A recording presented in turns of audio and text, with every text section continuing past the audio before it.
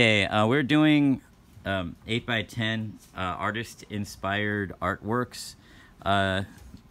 This one is the one that I did, and it's because I went to Escape from Alcatraz, but I remember the movie with Clint Eastwood, Escape from Alcatraz, and I saw the color of the Alcatraz inside was green in their cell walls and stuff, but I'm having my students also, after they paint their artworks, they're required to do a little artist caption. And see, I kind of followed what was required, where it says, you know, the artist's name, their country of origin, or the artwork's country of origin.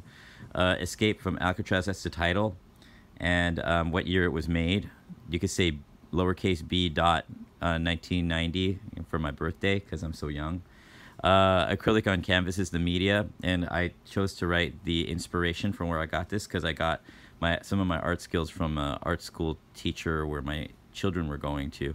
I forgot his name though. So I said, this visually captivating piece inspired by a Chinese school art teacher in the style of inner childism invokes a sense of joy and desperation. It was painted soon after the artist visited Alcatraz on a field trip with his son, Evan. As you can see, there is a spoon in the picture, the tool smuggled from the eating hall, which the convicts used to escape. The escapees were never found. I don't know if that's true anymore. Whatever. Were they found? I don't know. I'd have to look that up. But the whole point is, I take masking tape, tape that piece of poster board to the back, student, then it stands up like this as a display.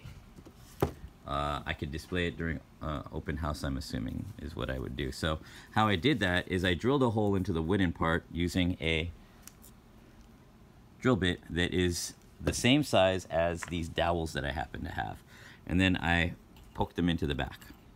So once you're done, it stands up like that. You could put it on their desk or just around the classroom as a exhibit display. Okay,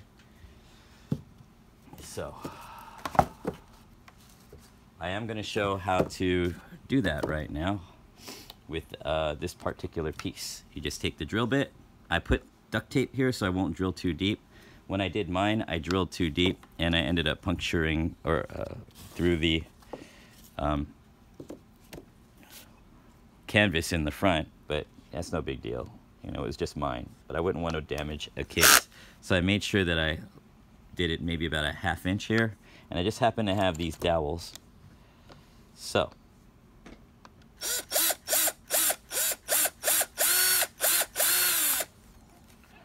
once that's done, put that in. And now any artist canvas can be used as a easel on its own without having to buy any separate easels. Pretty clever, if I do say so myself.